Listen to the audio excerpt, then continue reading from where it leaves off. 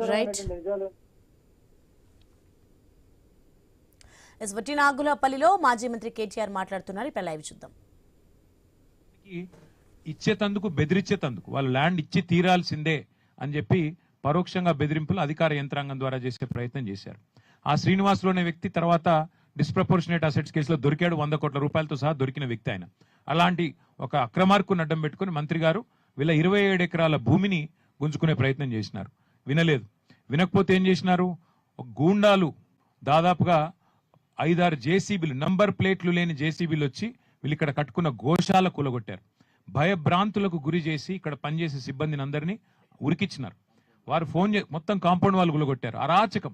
కూలగొడితే సతీష్ షా గారికి, పల్లవి షా గారికి ఫోన్ వస్తే వాళ్ళు పరిగెత్తుకుని వచ్చినారు. పరిగెత్తుకుని వస్తే వాళ్ళకి చెప్పిన మాట వచ్చి దాడి చేసిన గుండాలు ఇక్కడనే మిమ్మల్ని ఆపుకు జిందా గాడ్ దెంగే అంటే ఇక్కడే మిమ్మల్ని సజీవంగా పాతి పెడతాం అని బెదిరించారు. బెదిరిస్తే పాపం వాళ్ళు ఏం చేయాలో తెలియక పోలీసుకు ఫోన్ చేసినారు. ఫోన్ చేస్తే మొదలు పాపం పోలీసులో ఒక సిన్సియర్ అధికారి ఉండే, హబీబుల్లా ఖాన్ అని. ఆయన హెల్ప్ చేశాడు. ఆయనకు తెలియదు ఈయన వెనకాల ఎవరున్నారో ఆయనకు కూడా తెలియదు. తెలియక ఏం చేసినాడు, ఎఫ్ఐఆర్ చేసినాడు. ఎఫ్ఐఆర్ చేయడంతో పాటుగా వీరికి రక్షణ కల్పించే ప్రయత్నం చేసినాడు. తెల్లారే అధికారిని ట్రాన్స్ఫర్. తెల్లారే అంటే మాకు అడ్డం వస్తావా, మేము భూములు కొల్లగొడుతుంటే 1000 కోట్ల భూముల మీద మాకు కన్నుబడితే అధికారంలో ఉన్న నేను నాకు అడ్డం వస్తావా అని చెప్పి రెవెన్యూ మంత్రి గారు తెల్లారే ఆ నిజాయితీ పరుడైన అధికారి, ఆయన మామూలు అధికారి కాదు, ప్రెసిడెంట్ మెడల్ ఇంకా ఇతర గౌరవ మెడల్స్ కూడా పొందిన అధికారి ఆయన నిజాయితీకి. అట్లాంటి అధికారిని హబీబుల్లా ఖాన్ని తెల్లారి వరకు ఎత్తవతలు పడేసినారు. అప్పటి నుంచి ఇప్పటి వరకు బెదిరింపుల పర్వం కొనసాగుతూనే ఉంది.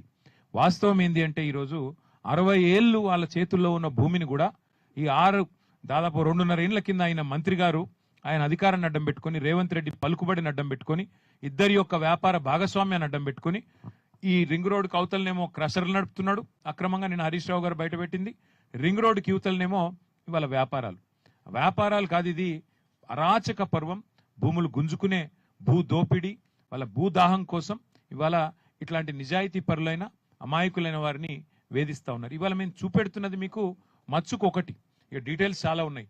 హైకోర్టు ఆర్డర్లు ఎట్లా తుంగలో దొక్కినారు, 60 ఏళ్ల నుంచి అధికారం వాళ్ళు ఎంజాయ్ చేస్తున్న భూమిని ఏడి సర్వేని అడ్డం పెట్టుకుని ఎట్లా భూమి బౌండరీస్ మార్చే ప్రయత్నం చేశారు, ఎట్లా మొత్తం కాంపౌండ్ వాళ్ళు కూలగొట్టారు, ఎట్లా మిమ్మల్ని జిందా ఇక్కడే అంటే మిమ్మల్ని సజీవంగా ఇక్కడ పాతి పెడతామని చెప్పి ఎట్లా చెప్పారు. మీరు చూడండి, చెట్లే 30-40 ఏళ్ళ చెట్లు ఇవి, కొబ్బరి చెట్లు కానీ మామిడి చెట్లు కానీ 30-40 ఏళ్ళ చెట్లు. అంటే ఇలాంటి భూములు ఇక్కడ విలువైన ఒక భూమిని మేము మీకు చూపెడుతున్నాం. ఇట్లా ఇంకా చాలా ఉన్నాయి. ఒక్కొక్క బాధితులందరూ ఇవాళ మా దగ్గరకు వస్తూ ఉన్నారు, మా ఎమ్మెల్యేల దగ్గరికి. నిన్న జరిగిన ఎపిసోడ్ తర్వాత మా దగ్గరకు వస్తూ ఉన్నారు. మహేశ్వరం కాన్స్టిట్యున్సీలో, మా సబితక్క కాన్స్టిట్యున్సీలో, రంగారెడ్డి జిల్లాలో 1000 ఎకరాలు ఇదే పద్ధతుల్లో కొల్లగొడుతున్నారు. ఒక్క మాట నేను చెప్పదలుచుకున్నాను. కాంగ్రెస్ పార్టీ మేనిఫెస్టోలో చెప్పారు, ధరణిలో 20 లక్షల ఎకరాల భూమి ప్రాహిబిటెడ్ లిస్ట్ లో ఉంది. ఎందుకంటే రకరకాల పంచాయతీలు ఉంటాయి కాబట్టి ఆనాడు నిజాయితీగా పనిచేసే అధికారులు యాజ్ ఇట్ ఈస్ పెట్టారు. కాంగ్రెస్ మేనిఫెస్టోలో ఏం చెప్పారు, ఆ 20 లక్షల ఎకరాలను నిషేధిత జాబితాలోంచి 100 రోజుల్లో తొలగిస్తాం. ఇది చెప్పిన మాట మేనిఫెస్టోలో.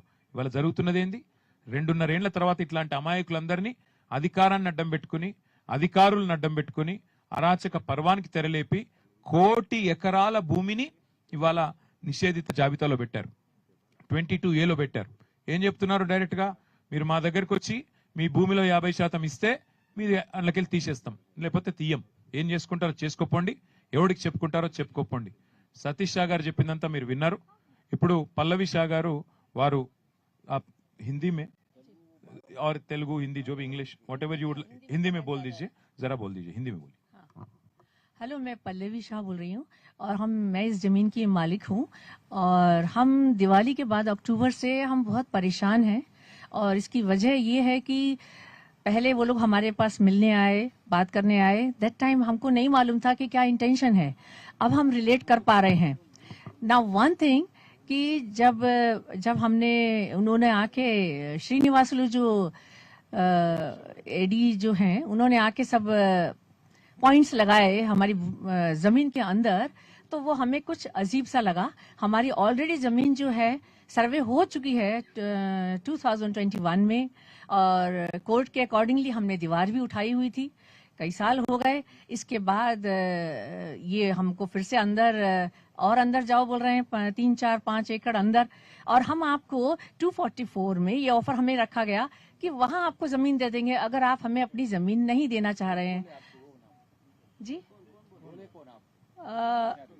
हर्षा रेड्डी के लोग ही बोले हमें कि हम आपको थोड़ा सा सरका के आपको 244 में दे देंगे, थोड़ा सा हटाएंगे। अगर आप जमीन देना चाहें ले लीजिए, आप हमसे बिल्डअप एरिया लेना चाहते हैं वो ले लीजिए। उन्होंने कई तरीके के समझौते और प्रस्ताव हमारे सामने रखे जो हमें